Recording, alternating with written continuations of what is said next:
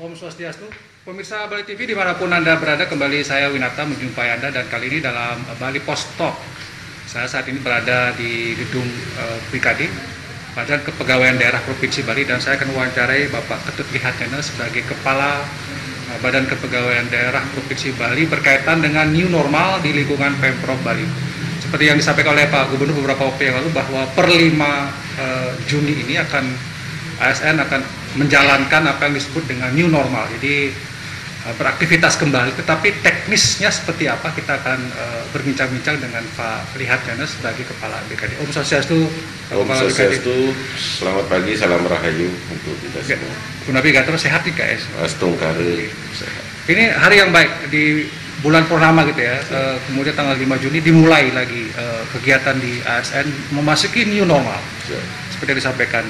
Nah, teknis pelaksanaannya seperti apa Pak Kepala ini? Apakah semua masuk seperti biasa atau ada pengaturan-pengaturan yang lebih teknis yang menjadi prosedur dari memulai berkegiatannya ASN di lingkungan Pemprov Bali? Baik, sesuai dengan surat edaran Bapak Gubernur sebagai tindak lanjut sebenarnya dari surat edaran Menpan, maka sistem kerja aparatur sipil negara dalam tatanan kehidupan era baru di instansi pemerintah khususnya di Provinsi Bali, Kabupaten Kota se-Bali, Pak Gubernur telah mengeluarkan surat edaran di mana aparatur sipil negara dalam hal melaksanakan tugas pokok fungsinya melayani masyarakat, maka pelayanan kepada masyarakat dipastikan berjalan efektif.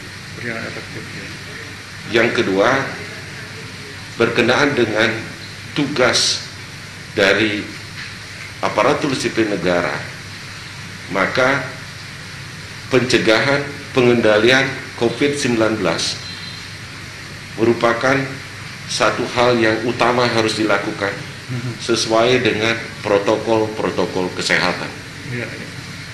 Nah, dalam sistem kerja yang dimulai hari ini kebetulan adalah hari purnama. Ini hari baik, hari suci bagi umat. Mudah-mudahan memberikan sebuah nuansa kesejukan, nuansa keselamatan, sehingga kita secepatnya bisa terhindar dari wabah atau bencana ini. Oleh karena itu, ini harus benar-benar ditaati, surat edaran ini dilaksanakan dan diamankan. Nah, secara teknis di masing-masing OPD itu harus membentuk tim, harus membentuk tim, semacam tim gugus tugas di masing-masing OPD. Ya. Nah, tim ini bekerja untuk memantau, mengawasi, mengingatkan, baik itu ASN maupun masyarakat yang dilayani. Tim ini juga mengarahkan kepada ASN, kepada masyarakat, bahwa benar-benar protokol kesehatan itu harus diikuti. Misalnya secara teknis kita lakukan adalah baru masuk sudah harus diawasi di sana tujuannya apa, kemana. Setelah itu dia parkir mobil. Setelah dia parkir mobilnya, diarahkan dia wajib cuci tangan. Wajib cuci tangan. Ya. Oke. Tetapi yang baru masuk ke gedung, ke kantor instansi pemerintah, pada saat di depan itu sudah dipastikan dia itu adalah menggunakan masker. Apabila tidak, dipulangkan. Dan dia tidak ini, silakan kembali. Oh, tidak boleh masuk berarti Pak? Tidak boleh masuk. Itu tegas ya kalau itu tidak tegas kita. Tidak ada toleransi. Masker langsung. Termasuk siapapun, termasuk pejabat sekalipun. Oh, itu. Jadi ASN yang berkantor di tempat itu kalau wajib, dipakai, wajib seperti itu.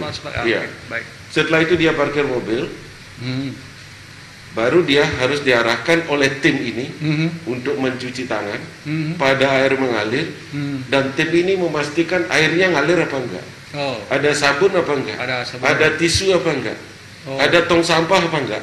Oh gitu. Gitu. Seperti itu. Ya. Setelah itu baru nanti diukur suhu tubuhnya. dengan termogan. Ya. Nah, dengan termogan ini apabila ada pegawai, ada masyarakat yang suhu tubuhnya di atas 37 derajat Celcius, maka dipersilakan dia harus kembali Ya. atau dirujuk untuk diarahkan ke kesehatan, ke kantor-kantor kesehatan atau ke rumah sakit dan sebagainya. Setelah itu baru bisa dilayani. Nah, dilayani pun tidak boleh dia dilayani pada ruang kerja. Di instansi pemerintah harus sudah menyiapkan semacam ruang atau tempat konseling untuk konsultasi dalam konteks pelayanan itu. Kenapa demikian? Agar kita tetap menjaga physical distancing, jaga jarak, baik itu antar instansi atau antar ASN maupun masyarakat yang dilayani. Dipastikan itu, dan ini dimonitor oleh tim yang ada di masing-masing instansi atau OPD. Jadi begini, kalau kita bicara tim itu adalah sebuah kewajiban yang harus dimiliki oleh masing-masing OPD ya Pak Kepala. Ya. Wajib itu harus ada gitu ya. Iya, wajib. Tidak boleh tidak ada yang di masing-masing OPD. Dan ini yang bertugas untuk memastikan bahwa prosedur protap kesehatan itu dilaksanakan. Nah, tadi mungkin tentang pengaturan, apakah ini seluruh ASN di OPD itu langsung masuk grup gitu atau ada pengaturan lagi? Ada yang work from home, ada yang work from office itu misalnya, atau seperti apa pengaturan? Setiap OPD itu memiliki kebijakan masing-masing dengan tetap memperhatikan physical distancing, jaga jarak. Di sana ya. Karena setiap OPD itu, setiap lembaga instansi pemerintah, jumlah pegawai, sarana gedungnya kan berbeda-beda. Kalau misalnya sarana gedung yang memungkinkan physical distancing, jaga jarak itu sudah terpenuhi, ini kebijakan dari kepala OPD apakah itu masuk semua apa tidak. Satu contoh, Badan Kepegawaian Daerah Provinsi Bali, karena di sini menggunakan semuanya adalah berbasis digital, aplikasi, tentunya pegawainya sedikit. Dengan pegawainya sedikit, dipastikan bahwa pada saat dia bekerja, jaga jarak, physical distancing itu sudah terpenuhi. Ya. Oleh karena itu semuanya masuk. Jadi menyesuaikan dengan kondisi, situasi, keadaan di masing-masing OPD. Nah, apabila tidak, di mana gedung sarana yang dimiliki dengan jumlah pegawai tidak memungkinkan physical distancing, jaga jarak itu dilakukan, baru dilakukan pergiliran ASN yang masuk kerja. Seperti itu. Nah, apa konsekuensinya? Kita di provinsi kita kan menerapkan pembayaran TPP berdasarkan kehadiran salah satunya dan penilaian kinerja. Ini juga berimplikasi ke sana dari surat edaran yang sejak hari ini sudah harus diterapkan. Gimana absensinya? Nah, oleh karena itu, karena di sini sudah menggunakan absensi face detector, nanti ngelinknya di aplikasi untuk bisa dibayarkan TPP-nya, tunjangan perbaikan penghasilan ASN itu, maka penting kiranya ini harus kita selaraskan. Jadi itu teknis yang nanti akan diatur juga masing-masing OPD. Nah, berarti kalau misalnya ada OPD yang 50% masuk, 50% di rumah misalnya, nah bagaimana TPP-nya? Apakah ada penyesuaian nanti? Karena mereka kan tidak hadir, karena memang sudah ketentuannya saya kira tidak memenuhi physical distancing. Kemarin kita sudah bahas dengan Bapak Sekda berkaitan dengan itu, bagaimana halnya kalau ASN yang tidak semuanya bisa masuk kerja dengan memperhatikan physical distancing ini. Maka di masing-masing OPD ada admin yang mengatur absensi. Ini kan ada datanya siapa yang kerja di rumah, tetapi dipastikan dia bekerja di rumah, bukan libur. Maka dia akan diupload absennya itu oleh admin absensi di masing-masing OPD. Seperti itu, karena dia bekerja, cuma karena pertimbangan physical distancing, dia harus bekerja dari rumah. Nah, tapi besoknya dia harus masuk lagi, seperti itu. Apa maknanya ini? Bahwa dia bekerja di rumah, yang bekerja di sini memastikan jalannya pemerintahan itu pada kondisi ini, sehingga pelayanan masyarakat menjadi tidak terganggu, dengan tetap memperhatikan bahwa penanganan COVID-19 tidak bisa kita abaikan dari protokol kesehatan ini. Jadi intinya adalah bagaimana sebenarnya memulai, kalau istilahnya Pak Gubernur ini era baru gitu ya. Ini normal ini istilahnya Pak Gubernur kita tatanan era baru. Tatanan era baru. Yang ini juga.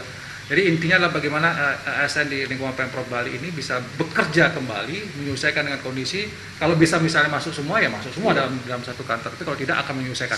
Ya, pertanyaan berikutnya Pak Kepala, kalau misalnya kan ada beberapa OPD yang memang tugas pekerjaannya misalnya mengerjakan proyek, proyek fisik misalnya, ada di PU misalnya. Nah, ketika ini kan dana lagi seret ini, ada proyek-proyek tidak dilaksanakan, nah, apa yang mereka lakukan kemudian? Itu pertanyaan dari masyarakat muncul seperti apa kerjaan mereka kemudian? Apakah mereka datang ke kantor, absen atau seperti apa? Apa yang begini?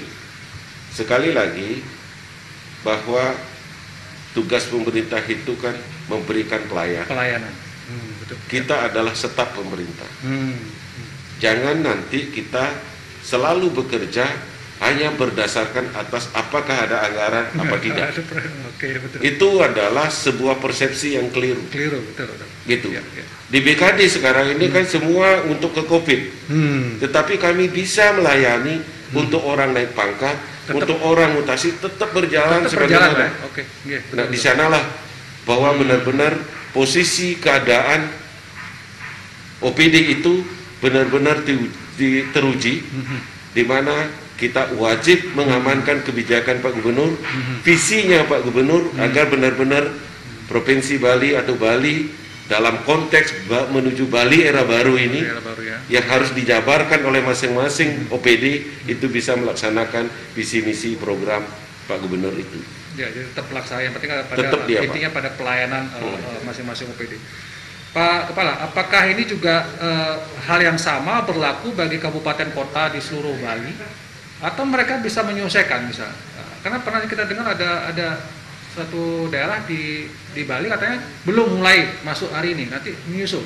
Karena berada di zona merah. Ini seperti apa kebijakan sebenarnya? Kalau seperti pada saat kita mendengar bersama pers rilis dari Bapak Gubernur bahwa hari ini hanya untuk aparatur sipil negara, hanya untuk instansi pemerintah. Ini berlaku juga bagi instansi vertikal, provinsi, kabupaten kota, dan lembaga pendidikan. Artinya lembaga pendidikan ini kan ASN, ada PNS di sana, dia harus masuk kantor.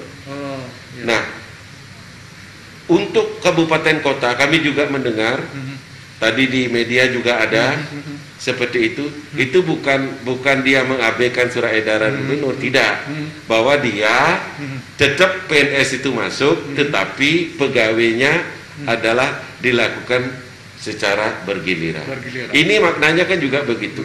Cuman kan kita dalam rangka untuk memastikan jaga jarak atau physical distancing itu terpenuhi, ya kita sesuaikan dengan kondisi keadaan ASN dan tempat bekerja kita. Sekali lagi intinya adalah bagaimana ini pelayanan per 5 Juni ini sudah mulai. Baik, mungkin untuk semacam closing statement Pak Kepala kepada masyarakat, kepada ASN seluruh Bali ini yang berada di lingkungan Pemprov Bali, apa yang Pak paling ingin sampaikan sekarang? Terima kasih bahwa kita sekarang ini berada pada suasana keprihatinan untuk bersama-sama mencegah penularan COVID-19 ini. Kata kunci dari itu adalah mari kita mendisiplinkan diri. Mendisiplinkan diri untuk orang lain, untuk lingkungan kita. Oleh karena itu,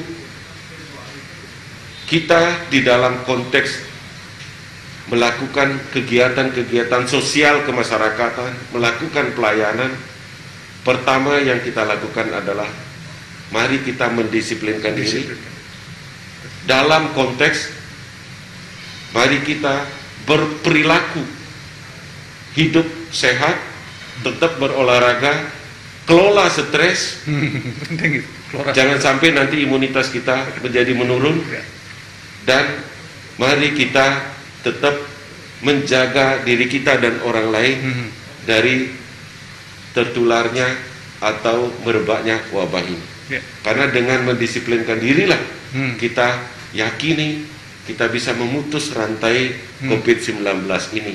Astungkara dengan upaya kebijakan Bapak Gubernur yang siang malam tidak hanya dia bekerja tetapi juga memikirkan ke depan strategi apa yang efektif untuk masyarakat Bali ini.